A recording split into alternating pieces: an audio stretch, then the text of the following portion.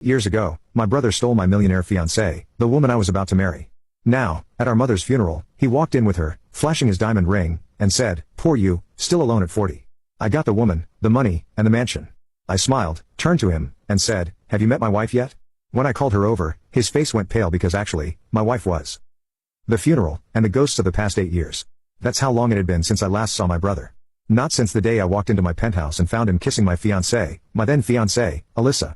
The same woman I'd met during a charity auction, who once said she couldn't imagine life without me. The same woman who'd spent 2 years pretending to plan our wedding, only to vanish 1 week before it, leaving a 3-word note on my dresser: "It's your brother." I cut them both off. No dramatic confrontation, no revenge, just silence. I walked away from my life in New York, disappeared, and started over. But fate has a wicked sense of humor. Today was our mother's funeral. It was raining, cold. My suit clung to my shoulders. The cemetery was quiet except for the crunch of gravel as his footsteps approached behind me. I didn't turn at first. I didn't need to. His voice oozed the same arrogance it always had. "Poor you," he said with a smirk. "Still alone at 40. I got the woman, the money, and the mansion. Life's funny, huh?" I turned slowly, and there he was, Julian, my younger brother, taller now, wearing a custom Armani coat, his arm around Alyssa, who looked exactly like the last time I saw her, flawless and calculating. She held up her hand as if taunting me. A massive diamond ring glinted in the gray light. "Still single?" she asked sweetly. I didn't answer. I just smiled. "Have you met my wife yet?" They blinked. I turned slightly, lifted my hand, and beckoned.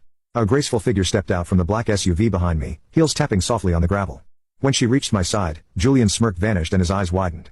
Alyssa's jaw tightened, because the woman walking toward me was not just beautiful, she was the one person Julian thought he'd never see again, and the key to a plan I had been building for nearly 8 years. "This," I said calmly, "is my wife. But you may know her better as someone you once left humiliated in front of half your company. She used to be your executive assistant, remember?" His face turned a shade of ash. He remembered, and that's when I knew, they had no idea how much was already in motion. Secrets, tension, and the setup. Julian stood frozen, as if his brain was struggling to reconcile the image before him. Beside me, my wife Elena extended her hand toward Alyssa, her smile razor thin. "Alyssa," she said smoothly. "It's been a long time. The last time we met, you told me I wasn't good enough to be in the same room as your future husband." Alyssa's lips parted, but no sound came out. Her confidence was unraveling. Julian's voice broke through the tension. "Wait, you married her?"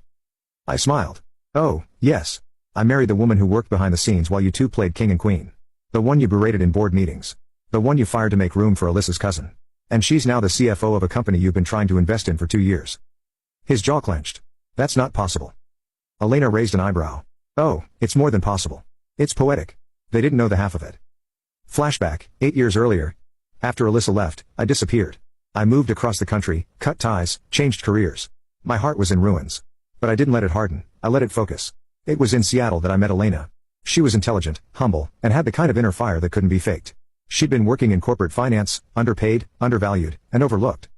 I hired her as a consultant for a modest logistics business I'd quietly built, and we clicked, professionally, personally, soulfully. We didn't rush into love. It grew from partnership, from shared late nights building budgets and strategy, from unspoken glances that said, "We're going to be something big." What Julian and Alyssa had was a lie built on seduction and ego. What we had was purpose. Now, Elena and I were the silent owners of one of the largest privately held logistics firms in the USA, firm that just happened to be in final acquisition talks with Julian's latest startup. He didn't know yet. Back to the funeral. The silence returned. I looked around at the funeral guests, all family, all pretending not to hear, except one. My aunt leaned in and whispered, "You've changed." I smiled politely.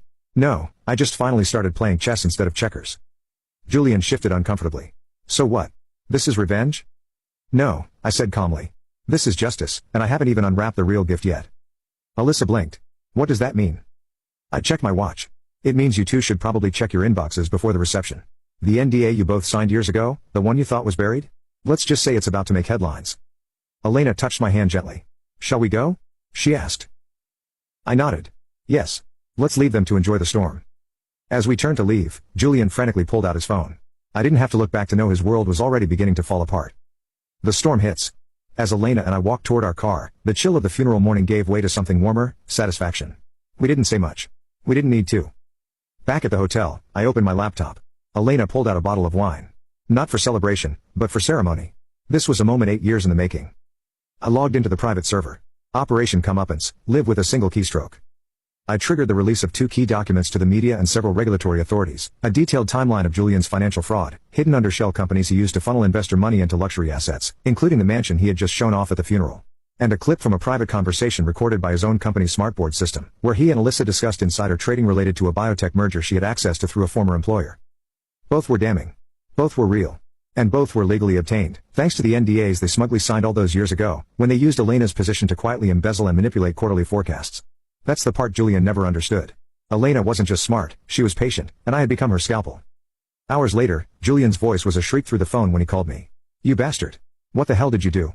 My board just suspended me." "Suspended. Pending investigation."